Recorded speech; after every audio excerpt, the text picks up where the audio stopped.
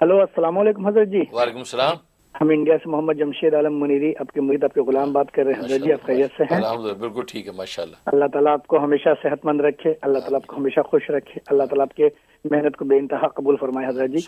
حضرت جی میرا ایک سوال ہے حضرت جی کہ آپ کسی کالر کو حضرت جی نبی کریم صلی اللہ علیہ وسلم کا بتایا ہوا عمل فقر و فاقہ کے لیے 5 صورت کا حضرت جی بتائے تھے، قل اعوذ برب الناس، قل اعوذ برب الفلق، قل هو اللہ احد، اور قل یا کافرون، اور اذا جاء نصر اللہ۔ حضرت جی ہر بار بسم اللہ ملا کے پڑھنا ہے، تو حضرت جی اس کی اجازت چاہیے، اور حضرت جی وہ آپ پڑھنے کے لیے بتائے ہیں کہ اپنے اسٹور یا دکان میں جانے وقت پڑھنا ہے، پھر شام میں آنے کے وقت پڑھنا ہے۔ تو اگر کوئی دکان نہیں مطلب اس کے ہے حضرت جی، یا بھی جاب پہ نہیں ہے، گھر پہ ہے، تو اس کو کیسے کرے حضرت جی؟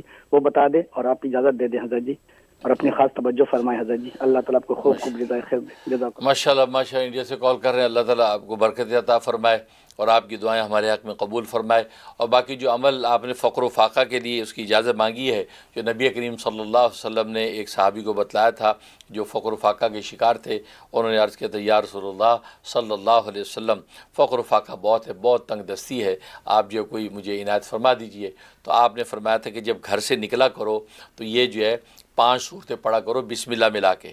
سب سے پہلے بسم اللہ پڑھ کے قل یا ایھا الکافرون پڑھنی ہے، پھر بسم اللہ پڑھ کے اذا جاء نصر اللہ پڑھنی ہے، پھر بسم اللہ پڑھ کے قل هو اللہ پڑھنی ہے، پھر بسم اللہ پڑھ کے سورہ فلق، پھر بسم اللہ پڑھ کے سورہ ناس۔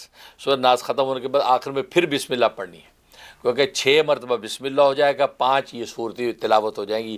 گھر سے نکلنے کے بعد نبی نے فرمایا کہ یہ تلاوت کرو، اور پھر اپنے کام کاج سے فارغ ہو کے واپس گھر لوٹنے لگو تو پھر یہ 5 صورتیں تلاوت کر لیا کرو۔ تو فرمایا تمہارا فقر و فقہ ایسا دور ہوگا کہ تم مال رکھ رکھ کے بھولو گے۔ اور واقعی وہی ہوا۔ وہ صحابی فرماتے میں نے پڑھنا شروع کیا، مجھے نہیں پتہ چلا کب میرے اندر وہ امارت و دولت حاصل ہونے لگی، اور کب اس قدر مال و دولت کہ اس کا حساب نہیں، کہ رکھ رکھ کے بھولتا تھا گویا کہ۔ تو کہا کہ اتنا زبردست عمل ہے، اور واقعی جن لوگوں نے عمل کیا ہے کمال کا فائدہ ان کو ہوا ہے۔ تو بالکل آپ یہ اس پہ عمل کریں، جن کی دکان دفتر ہے وہ اس پہ عمل کریں اس طریقے سے۔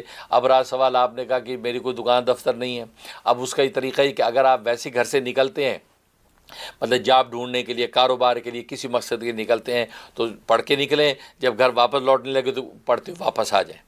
اب آپ کہتے ہیں میں گھر سے نکلتے نہیں، گھر میں رہتا ہوں، جاتا ہی نہیں، اس کے لیے حل یہ اپنے کمرے سے، جو بھی بیڈ روم ہے، اپنے کمرے سے جب نکلے کچن کی طرف جائے، اور یہ پڑھتا ہوا جائے۔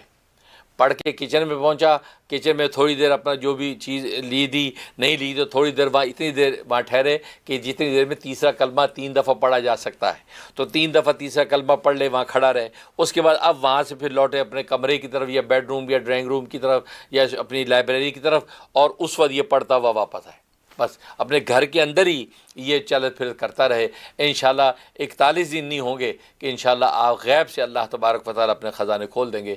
بہت ہی مجرب ہے، میں بھی دل سے دعا کرتا ہوں اللہ تبارک و تعالیٰ اہل اسلام کو فقر و فاقہ دور کر کے اللہ تعالیٰ عافیت اور خیر والا مال خوب خوب نصیب فرما دیں، آمین یا رب العالمین۔